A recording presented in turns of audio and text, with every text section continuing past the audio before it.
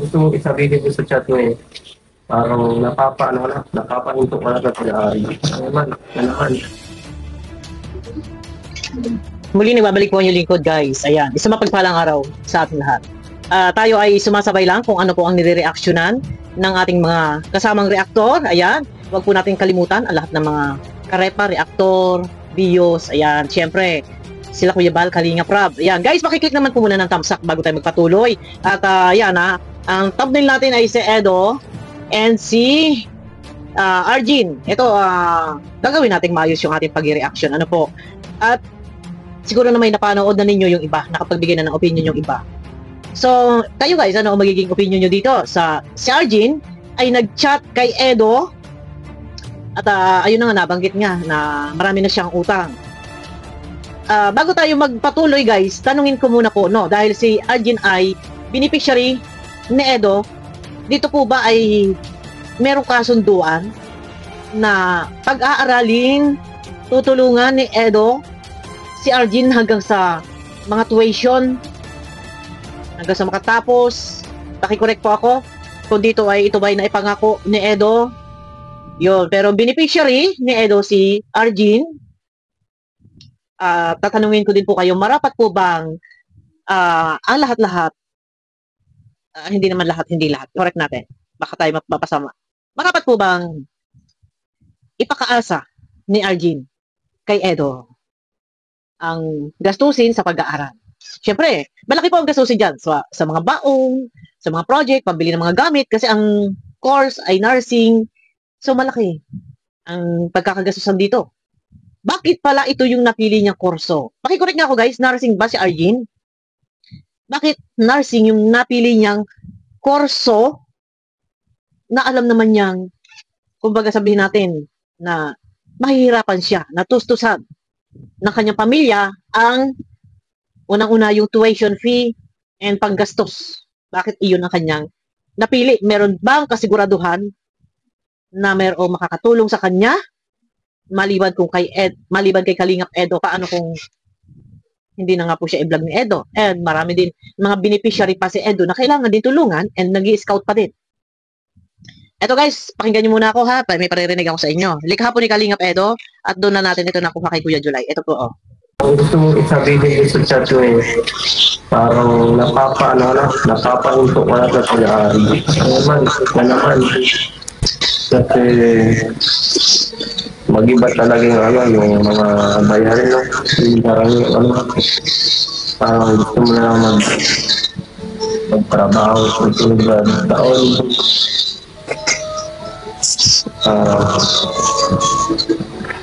Naisip ko na parang, si Arjin eh. Parang natataranta ito na naman si Arjin na naisip ko lang nag-chat ko na parang ganun ulit. Parang bumalik ka na naman ulit sa dati. Pero naisip hindi ako naman gusto eh. Minsan, baka ikaw napapaisip ka minsan siguro,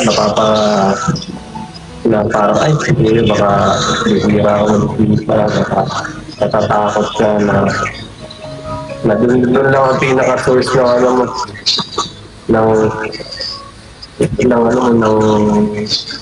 support. Parang ganun ba nangyayari?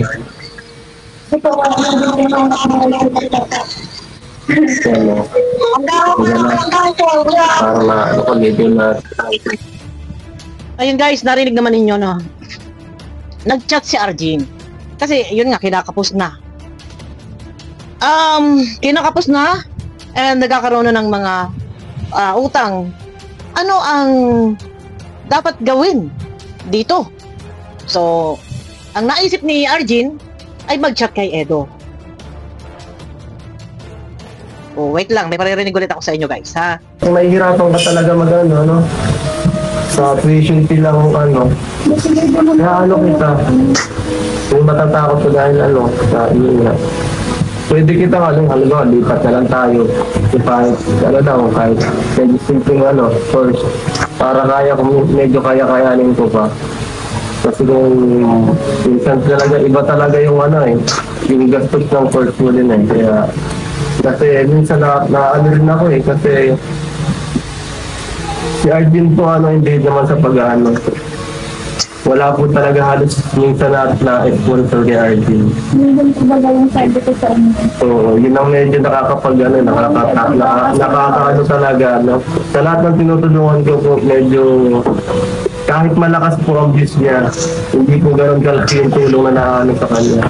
Hindi balance yung mataas nga po may views, pero yung mga taong sumusuporta at nagpapadala, dahil pa nung maliit na views yung yung sa kanya eh. Pero kung ano mo talaga, kung gusto mo talaga yung course ko, ang gusto ko sana, kahit konting tulong sa family. Kasi hindi ko kakayanin talaga i-shoulder lahat eh. At Tinatulungan ko rin sila mama kasi yun nga, hindi rin sapat hindi din po kami sa Yung binibigay ko nila is pang allowance ko. Halos napupunta ko sa bayaran ko sa school. Halos nagtituwa ako sa akin, bariya na lang. Dito nabanggit ni Edo, walang sponsor. Merong sponsor pero hindi siya ganun sa ibang mga angels na talagang sobrang dami ng sponsor. So dito ang naging decision po ni Edo, ang nai-suggest kay Arjun ay lumipat. Magpalit ng kurso kasi medyo mahal at tuition fee. Nasa 23,000. Nasa 23,000 ang tuition fee ni Arjun. So ano ang marapat gawin?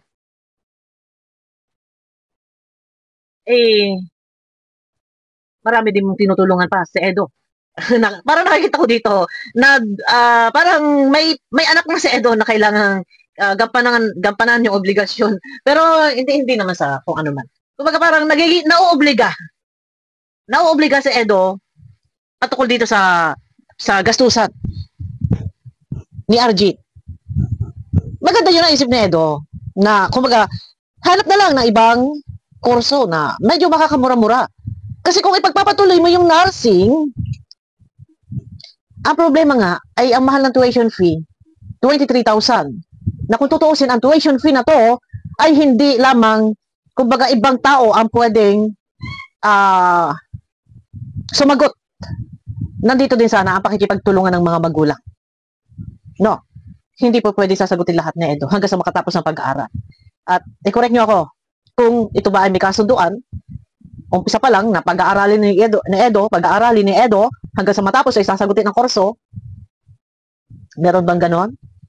Unang-una siguro, pinag-isipang mabuti kung ano yung kurso na kumbaga makakaminus-minus. And kung wala man halimbawa sa Edo maibigay na tulong, ay kakayanin ng pamilya ni Arjun na gawa ng paraan. Magtinda-tinda ng mga banana Q or kung ano pa man. Hindi rin, para sa akin guys, ito opinion ko ha. Pwede nyo po panoorin kay Edo. Guys, yung kabuuan video, yan lang po yung ginamit ko, video clip. No. Para sa akin, unang-una, umpisa pa lang na pag-isipan dapat muna sana. Nang mabuti ni Arjun and ng pamilya niya na marapat bang kursong nurse yung kunin mo. Ay baka nga pagka dumating yung puntong hindi na ikaw may vlog ni Edo dahil kailangan din naman yung iba i-deserve din matulungan. Ano ang kanilang may pangtutustos. Yun, dapat na pag-isipan nilang mabuti. And, medyo mahirap ito, guys. Mahirap ito. At, sabihin natin na alam nyo sa totoo lang, hindi, kung ang views po na nakukuha, kung binablog si Arjun, hindi po balanse. For example, na ang views ay 1 million, hindi rin po 1 million ang kikitain doon. Minsan po ay centavos lang ng dollar kada 1,000 views ang bayaran. Sa centavos lang sa dollar yan. Anong tawag doon? Pagtulong-tulungan, makipagtulungan ang magulang ni Arjun para sa pag-aaral at siguro para sa akin magpursige, mag-isip na kung ano yung panghabang buhay na pwedeng pagkakakitaan. Ano ito? Kung sa pagkain, for example, kakanin, pwede magtinda-tinda. Kagaya po ng sideline dati ni Carla na nagtitinda ng mga puto. Di ba? Kahit pa paano makakasurvive, makakaipon. Or pwedeng gumawa ng mga homemade pastillas. Yun po yun, no? Pwedeng ilako sa mga classmate. Ayun po yun, pag gusto may paraan. So, ito dati ay nagpa-vlog na bulilyaso dahil doon mismo sa kanyang live habang nagla-live ay naglalapag po ng link ng GCash, number ng GCash at nanghihingi ng konting parang susulisit ito si Arjun. Kaya nga ito medyo nabasta ito noon eh. Para sa akin siguro, yung in-offer at challenge ni Edo na lipat na lang or hanap ng ibang kurso na mas makakamura, siguro ganun na lang. Dahil napakahirap po ng nurse. And malaki ang tuition fee at habang papalapit na yung 4 na taon bago ka matapos ng 4 years sa nursing, ay papalaki na din po ang gastusan. Ay baka kung kailan na, isang taon na lang, ay maudlot pa. Siguro para sa akin, yung medyo mura-mura na lang ang tuition fee or yung kursong madali lang mura-mura. And nasa ganon, kasi hindi po pwedeng para sa akin. Kahit pa sabihin charity vlogger or wala po kasunduan. And siguro, may maitulong man si Edo sa pag-aaral ni Arjin. Hindi 100%. Hindi sabihin na kahit sabihin 50%, o pwede din, o pwedeng ganun, 50% tulungan. Pero para sa akin, sa part ko, kung magkano ang maibigay ni Edo, ay magiging kontento tayo. And kung bigyan ng pang baon-baon, yun, malaking bagay na yun. Pero, number 1 pa rin talaga dyan, ang magpapaaral, ang magtutustos, wala iba kundi ang pamilya, ang magulang. Pero ito, i-correct nyo ako guys, kung ito ba scholar ni Edo, at may kasunduan ba sila ni Edo na ito ay pagtatapusin, pag-aaralin, at sasagutin ni Edo, yung tuition fee, lahat ng gastusan, meron bang ganun? I-correct nyo lang ako guys. No. Yun lang sa akin, na obligasyon pa rin para sa akin ng pamilya. And kung hindi naman kaya ng pamilya, bakit dinesisyonan na kumuha ng kursong nursing? Di ba? Sa pangbaon pa lang pang araw-araw ay gastos na yan. Oh, kagaya ng anak ko po, is ang anak ko grade 7, magkano baon niya? 100. Oh, half day lang 'yon.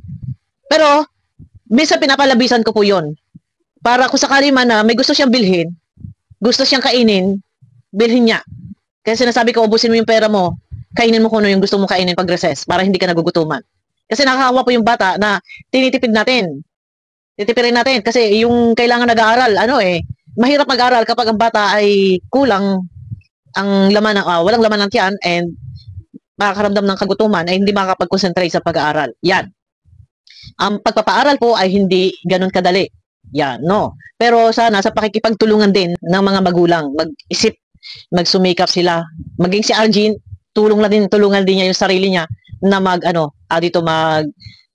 homemade. Gawa siya ng mga homemade candy, mga pastillas, mga yema. Alam niyo yun, mabenta yan eh. Siguro naman, alok niya yan. May bibili at bibili. Malaking bagay. Yun lang guys, no. Hindi natin pwedeng iasa lahat-lahat sa charity vlogger. Kung tayo tulungan, kung ano lang yung kaya may bigay, salamatan, hanggang doon lang tayo. Pero yun nga, nung nakaraan, may tuition na binayaran ni Edo, nagparasyal sila ng 10,000 sa tuition. Sa tuition ni Arjin. Next, eto, exam na naman. No, ito yung kailangan na naman talaga. Tapos, upon enrollment na naman, ulit. Sa susunod, kailangan na naman ulit yan. O, di ba, ang hirap. Ayun lang, guys, no. Hindi, para sa akin, ang isang ultimatum na aking opinion doon, hindi kailangan na ito ay sagutin lahat-lahat ng gastusan ng charity vlogger. Tulungan din ng pamilya. Tulungan din ng pamilya. And kay Arjin, pag talagang hindi na kaya, huwag pang hinayangan ang nakaraang taon na ginastusan. Isip ng isang kursong madali-dali at ika nga ay kaya ng, hindi ganun siya kadali na kalaki. Hindi siya ganun kalaki sa gastusin. Yung medyo makakamura-mura. Nasa ganun na hindi masayang. Kasi ang mahal ng nursing. Pero bakit yun na kinuha? Nursing ba? I-correct niyo ako guys. Yung kasi narinig ko bakit yun yung kinuha? Naku, Diyos ko. Yan guys, comment lang kayo. Yung ibaba si Arjin. Ako lang naman yung nagbigay ng aking opinion lang naman. Para sa akin, hindi po dapat iasa lahat sa charity vlogger na tumutulong. Maliban lang kung ito ay pinangakuan na ito'y pagtatapusin ng pag-aaral, obligasyon ng isang charity vlogger kasi pinangakuan mo eh. O, edi ituloy mo. O, kung hindi naman, at tus-tus lang kung magkano makayanan, pa rin, magulang pa rin talaga ang dapat dito na magpatuloy sa gastusan or kung magkano man ang ibigay ng charity vlogger, makontento. Yun lang. Pero lumapit nga nag-chat, nag-text, nag-chat, nabaon na daw si RJ sa utang. Ayun na guys, huwag ibabas. Nagbigay lang ako ng aking opinion. Comment lang kayo sa baba kung ano yung ultimatum na opinion para kay Arjin. Yeah. Mega love shout out sa inyo lahat guys. Pakiclick ng thumbs up.